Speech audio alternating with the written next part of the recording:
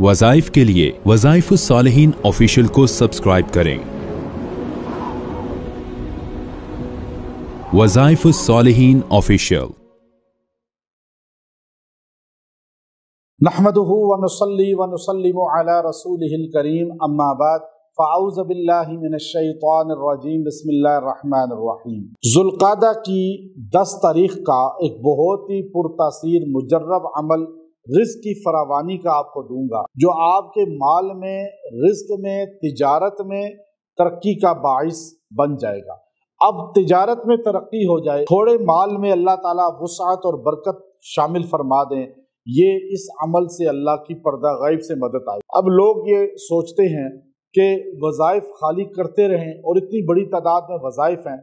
अब अक्सर लोग ये परेशान हो जाते हैं, सवाल भी पूछते हैं कि जी हर वजीफ़ा रोज़ का आप दे रहे हैं, तो हम किस किस वजीफ़े को करें। तो पहली बात तो ये है कि आपके सामने ट्रे पेश है और बूफे लगा हुआ है, बूफा आप देख रहे हैं, आपको जो पसंद आता है वो वजीफ़ा करें।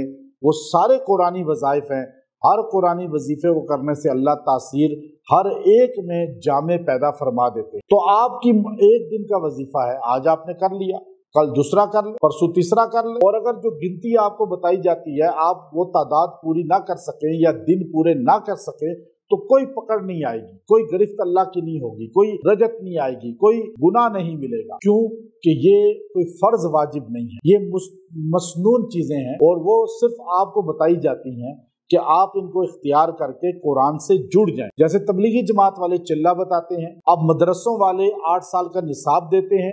अब ये कुरान हदीस से साबित नहीं है, लेकिन एक माहौल में लाकर उसकी ट्यूनिंग, तरबियत कितने अरसे में हो सकती है, वो उन्होंने फैसला किया बैठ के, बड़ों ने, उस बड़ों पर हमें एतमाद हुआ, तो हम 8 साल मदरसे में लगाते हैं और इसी तरह 4 माह तबलीग में लगाते हैं। इसी तरह जो है डॉक्टर बनने के लिए इतने साल हैं, इंजीनियर बनने के लिए इतने साल हैं।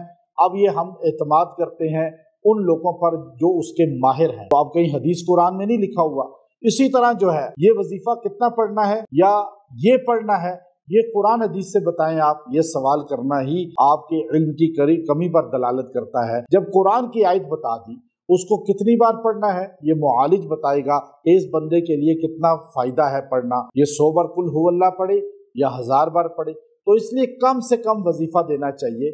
ज्यादा वज़ाइफ में उम्मत को उलझाना नहीं चाहिए। बाज़ लोग कहते हैं 1,00,000 बार पढ़ो, 10,000 बार पढ़ो। मेरी आदत है मैं मुख्तसर थोड़ा वजीफा और आयत मुख्तसर और तर्जमा उसकी तफसीर को सामने रखकर आपका अकीदे की भी इस्लाह कर देते हैं, आपको मकाम सहाबा अहले बैत भी बता देते हैं, तौहीद और रिसालत भी बता देते हैं, और साथ कुरानी वजीफा दे देते हैं। ये तबलीग का एक हिस्सा है।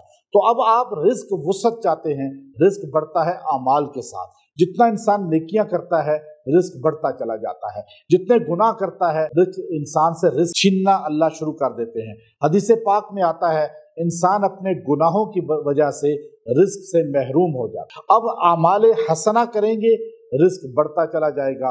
तो अब ये आयत करीमा जो मैं आपको बता रहा हूँ, ये अल्लाह के कुरान की आयत नहीं है, बल्कि ये मैं अल्लाह के अस्माउल हुस्ना से आपको बता रहा हूँ कि अल्लाह के नाम हैं। अल्लाह के नामों को अगर यूं जोड़ के पढ़ा जाए तो अल्लाह इसकी बरकत से रिज़्क़ की बरसात फरमा देते हैं। आप चाहे औरतें किसी हालत में भी पढ़ सकती हैं और मर्द भी पढ़ सकते हैं। वो अल्लाह के नाम है 3 नाम, और वो 3 नाम अल्लाह रब्बुल इज़्ज़त के बड़े ही खासुल खास नाम हैं, या कादिरु, या वहाब, या रज़्ज़ाक़।